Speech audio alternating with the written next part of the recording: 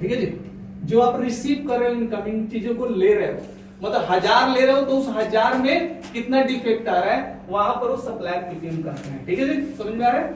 दूसरा बात होती है इन प्रोसेस या इन हाउस। इन प्रोसेस या इन हाउस जिसको कहते हैं लाइन या मशीन पीपीएम कहते हैं। जो लाइन पर होता है इन हाउस का जो हमारा पीपीएम होता है ना, उसको भी हम कैलकुलेशन करते हैं कि हमने 10,000 पीस प्रोड्यूस किया, 10,000 पीस प्रोड्यूस किया तो उसमें कितना परसेंट रिजेक्शन निकला, उसका कैलकुलेशन करते हैं। ठीक है जी। तीसरा क्या करते हैं, सप्लाई। सप्लाई मतलब कस्टमर को हमने कितना सप्लाई किया और कितना पार्ट हमारा रिजेक्ट किया, उसको कहते हैं कस्टमर पीपीएम। ठीक है, तो 3 पीपीएम हो गया हमारा। एक तो सप्लायर पीपीएम हो गया, एक लाइन मशीनिंग का इन हाउस का हो गया, और दूसरा हमारा कस्टमर पीपीएम हो गया। अब बात आती है इनकी कैलकुलेशन की पीपीएम निकालने की। पीपीएम बहुत आसान है, आप तीनों कर सकते हो। ठीक है, डाटा इंटरप्रिटेशन के बारे में बता देता हूँ। लैपटॉप में भरोगे सीधे सामने आ जाएगा, मालूम चल जाएगा कि इन हाउस में क्या है और उसमें क्या है। ठीक है जी। अब देखो क्या करना है, अब क्या करना है, मान लो रिसीविंग है, ये देख लो, एक चीज और देख लो, यहीं पर देख लो। मंथ लिख लिया आपने, ईयर लिख लो, डाटा साइड बनाना। मंथ लिख लिया, ईयर लिख लिया, मार्च 2024, अप्रैल 2024 पूरा ले लो साल भर। ठीक है, अब क्या करना, टारगेट डिसाइड करना। अब टारगेट किसका, इनकमिंग में आप पीपीएम कितना रखोगे, मान लो 200 रखोगे, 200 पीपीएम का टारगेट लो। समझ लेना ये चीजें, बाद में कोई समझाएगा नहीं, पूरी निकल जाएगी। बैठ कर जिन नीचे बैठे हैं ना उनको भी पता नहीं है, इनको भी पता नहीं है, समझ लेना इन चीजों को। तो यहां पर आप टारगेट फिक्स करो कि मुझे इनकमिंग का पीपीएम कितना चाहिए सप्लायर से। ठीक है जी, यहां सेट करो। मैंने एग्जांपल के लिए 500 लिख रखा है। ठीक है, उसके बाद सेट करो कि इन प्रोसेस जो हमारा नीचे का मैन्युफैक्चरिंग जोन है जो चल रहा है, उसमें हमें कितना चाहिए वो भी आप सेट कर सकते हो यहीं पर। ठीक है, आप भर सकते, कॉलम 3 बनेगा ना, ये जो डाटा का यहां से काम दिख रहा है तीनों का बनेगा ना जी। किसका बनेगा, सप्लायर का बनेगा, ठीक है, कस्टमर का बनेगा, इन प्रोसेस का बनेगा, 3 बनेगा ना डाटा। तो क्या हुआ, यह टारगेट आप मान लो कि हमारा इन हाउस का 200 पीपीएम है। ठीक है, इन हाउस का मान लो 500 हो गया, सप्लायर का 200 हो गया, और कस्टमर का हमारा 200 हो गया, हमने फिक्स कर रखा है। ठीक है, इतना हमें पीपीएम चाहिए। ये पीपीएम क्यों डिसाइड किया जाता है, क्योंकि हमें चीजों में बड़ा दिखे। अगर मैं यही आपको कह रहा था कि 0.1% अगर दिख रहा है ना, 0.1 अगर दिखा रहे हो, तो प्रोडक्शन वाले कहते हैं यार ये तो कुछ भी नहीं है, बहुत कम है, इनको कैलकुलेट नहीं करते हैं। लेकिन जैसे ये 0.1 को 1000 पीपीएम लिखोगे ना ऐसे, तो ये चीजें जो है उनको बड़ा दिख जाएगी, चुभेगा, दिखेगा 1000 पीपीएम, और छाती पिटना शुरू करेगी, यार बहुत बड़ा रिजेक्शन। लेकिन यही चीज यहाँ पर है तो उनको समझ में नहीं आएगी, तभी इसीलिए पीपीएम को कैलकुलेशन ऐसे किया गया, परसेंटेज में ना दिखाकर पीपीएम को डायरेक्ट पीपीएम में दिखाया गया। तो इसका कैलकुलेशन कैसे होता है, 10 लाख में होता है। ठीक है जी, समझ में आ रहा है। तो यहाँ पर आप टारगेट डिसाइड कर लेना। ठीक है जी, ये सप्लाई का है, ये सप्लायर का है, ये इन हाउस का है। तो जो चीजें हैं, ये आपने टारगेट टर्म का मतलब हम अपने हिसाब से निर्धारित करेंगे, मतलब कुछ स्टैंडर्ड होता है इसका? स्टैंडर्ड तो तुम्हें बताया ना, स्टैंडर्ड 25 का है तुम्हारा ओईएम का, सप्लायर को जो कस्टमर के देते हैं, बाकी तुम्हारी मर्जी है। 0.0 अगर और भी हम बात करें ना, और भी कुछ बात करें तो होता क्या है, 0 डिमांड ऑफ कस्टमर, 0 पीपीएम। कहीं इंटरव्यू में पूछे तो कुछ ने कितना डिमांड है कस्टमर का, तो बोले ना सर 0 डिमांड है, किसका, कस्टमर का। ऐसे तो एक निर्धारित है, बोल देना 25 है, लेस देन 25 ही कहना। ठीक है, लेस देन 25 ही कहना। लेकिन और भी अगर हम डीप में बात करें तो 0 पीपीएम की बात करता है हमारा ओईएम। ठीक है जी, ये निर्धारित है उसकी तरफ से, हम कितना कर रहे हैं, कितना कंट्रोल कर रहे हैं, हमारे ऊपर डिपेंड है। ठीक है, तो यहाँ हम फिक्स क्यों करते हैं, कोई भी चीज अगर हम देख लिए कि ये 6 महीने तक 200 का टारगेट हमारा सप्लायर मीट कर रहा है, तो हम उसको घटा के 100 कर देंगे। फिर देख लिए कि 100 अचीव हो गया, हमारा परफॉर्मेंस बेटर हो गया, तो उसको कहेंगे भैया तुम एक काम करो, 0 कर देते हैं, जीरो डिफेक्ट करते हैं।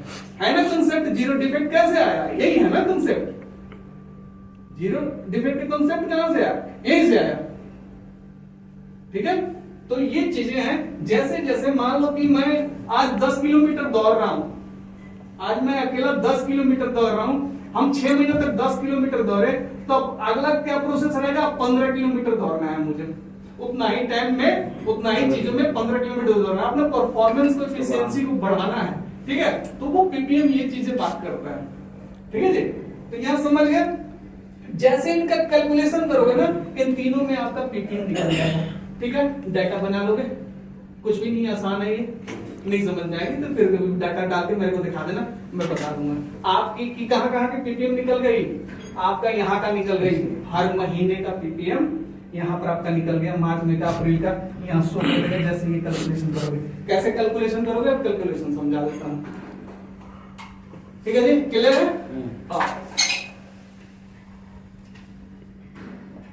तो जैसे आपने अभी बताया कि क्वेश्चन इंटरव्यू में पूछते हैं कि आपके कस्टमर का पीपीएम क्या है, आप बोलते हैं कि 0 है, तो उसमें ये क्वेश्चन करते हैं कि 0 तो किसी को हो ही नहीं सकता पीपीएम।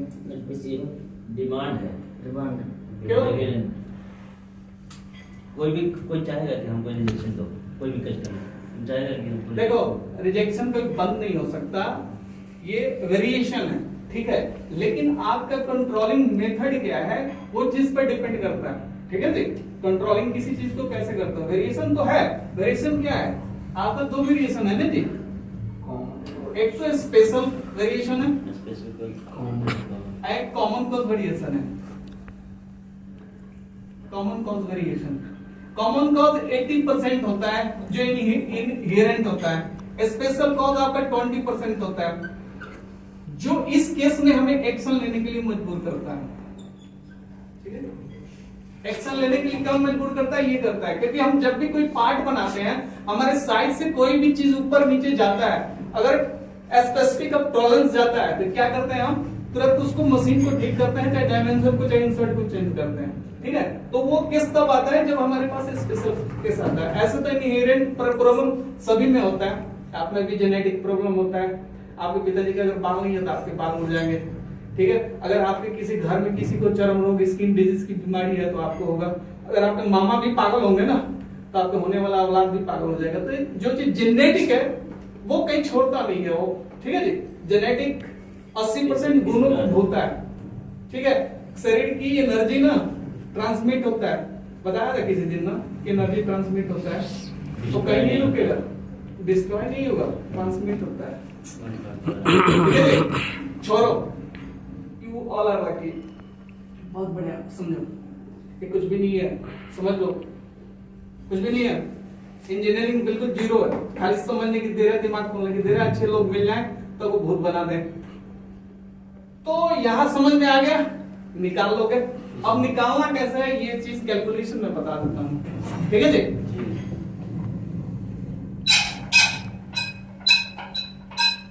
अब क्या है, 3 चीज समझो। एक तो रिसीविंग, सप्लायर का, सप्लायर का ले लो आप, सप्लायर का। उसने मान लो कि हमें 10,000 माल दिया। ठीक है जी, जिसमें क्या हुआ, आपका 200 पीस रिजेक्ट हो गया। तो यहां पर क्या हुआ, 10.6। ठीक है, तो यहां पर क्या हुआ, रिजेक्ट क्वांटिटी, रिजेक्ट क्वांटिटी जो आपने क्वालिटी में किया, और total received quantity, received quantity by 10/6 निकालोगे, पीपीएम आपका निकल जाएगा। क्लियर, आसान है? पहला हमने देख लिया। दूसरा अब इन हाउस में चलते हैं। इन हाउस को कर लो, चाहे मशीनिंग कर लो, चाहे लाइनिंग कर लो, इन प्रोसेस कर लो। ठीक है जी, इन हाउस में मान लो कि हमने 15,000 माल प्रोड्यूस किया है। ठीक है जी, 15,000 हमने माल प्रोड्यूस किया, उसमें 350 पीस रिजेक्ट होगा। इसका कैलकुलेशन कर लो, इन हाउस का निकल जाएगा। ठीक है, टोटल क्या करना है, टोटल रिजेक्ट क्वांटिटी, ठीक है, और total produced quantity, total produced quantity by 10 lakh. ठीक है, आप इसी करोगे, ये इन हाउस का निकल जाएगा। अब बचा लास्ट, और कुछ बच रहा है उस सवालों में, 8-9 सवालों में कुछ बच रहा है। और अब देखिए क्या करता है यहाँ सप्लाई। हेलो सुमन, समझ ले यार, मुझे पता है तुम तेज आदमी हो। सप्लाई या कस्टमर, सप्लाई का मतलब होता है जिसको हम सप्लाई करते हैं, अपने बना के पाइपों को ना सप्लाई करते हैं। किसको करते हैं हम? एस्कॉर्ट्स को करते हैं, ठीक है, प्राजी को करते हैं, आइचर को करते हैं। तो क्या कर रहे हैं हम? सप्लाई कर रहे हैं, ठीक है जी। अब क्या किया हमने, क्या किया आज के डेट में 1000 पीस कोई सप्लाई किया, एस्कॉर्ट्स को कर दिया, ठीक है जी। उसने कस्टमर एस्कॉर्ट्स कस्टमर ने कहा कि भैया तुम्हारे 1000 पीस तो आया है, जिसमें क्या है, मान लो कि 5 पीस खराब है, 5 पीस रिजेक्टेड, तो part is rejected by customer, that is supply ppm, ठीक है जी। तो यहां पर क्या होगा, कस्टमर पीपीएम कैसे निकालोगे आप? कस्टमर पीपीएम निकालोगे कैसे? रिजेक्ट क्वांटिटी किसके द्वारा?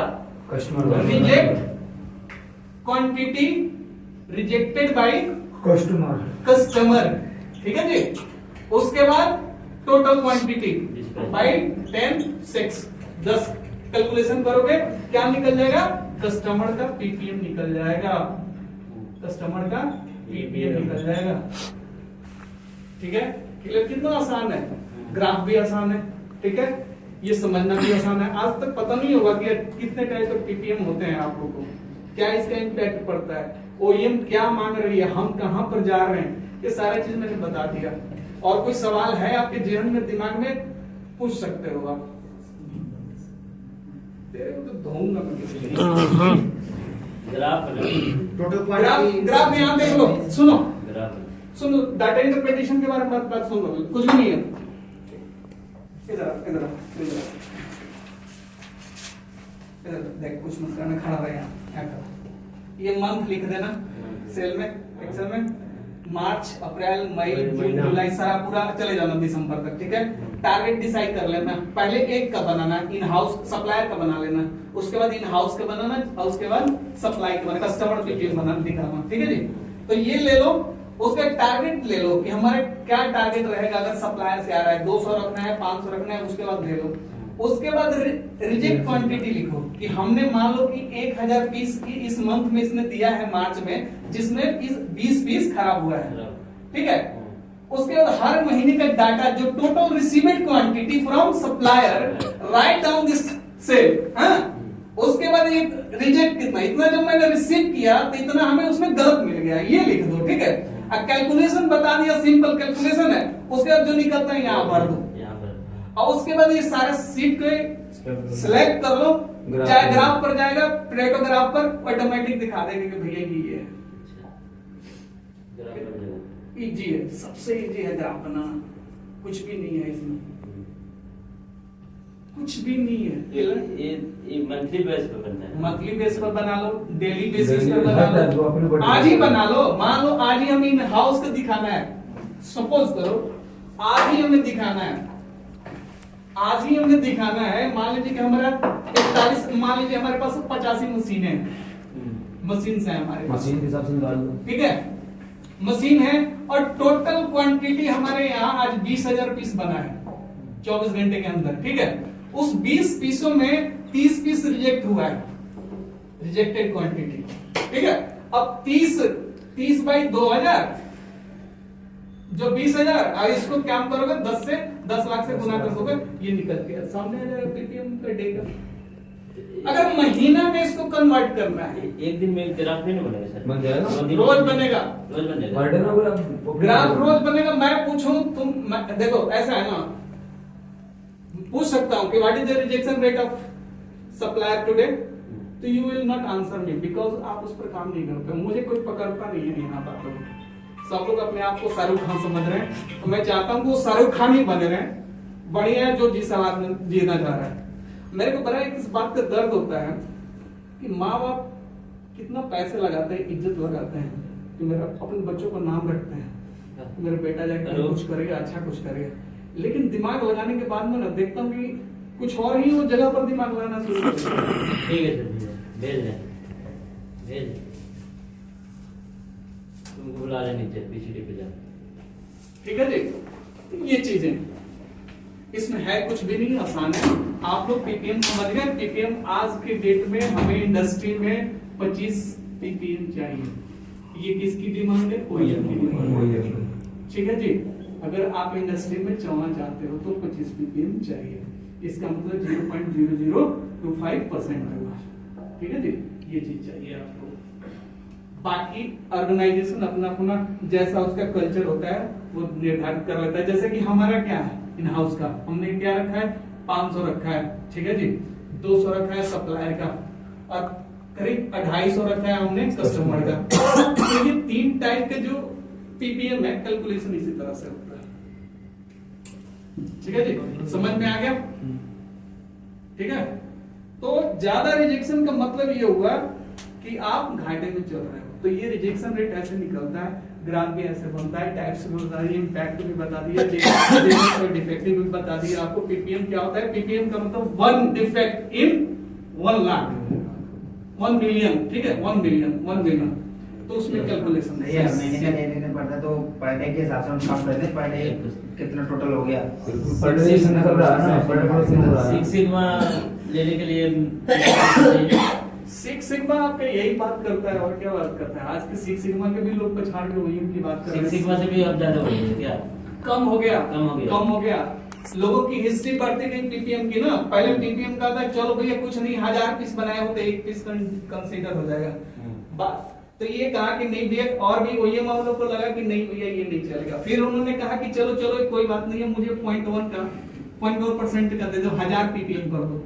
सिक्स सिग्मा जब आया बोला कि 1000 पीपीएम कर दो, तो उन्होंने कहा कि ये भी ठीक नहीं है। इतिहास बदला ना जी, काइजन होता चला गया।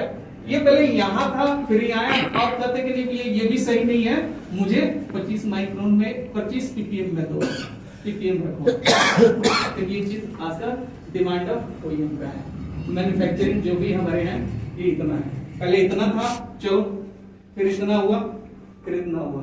अब कभी भी आप अपना पीपीएम बनाना परसेंटेज में ना बनाकर, परसेंटेज तो बता दिया मैं, पीपीएम का भी कैलकुलेशन में बता दिया। ठीक है, परसेंटेज में कुछ नहीं होता, 100 से कर देते हैं और इसमें 10 लाख से कर देते हैं, मिलियन से कर देते हैं, तो हमारा पीपीएम निकल के फाइंड आउट हो जाता है।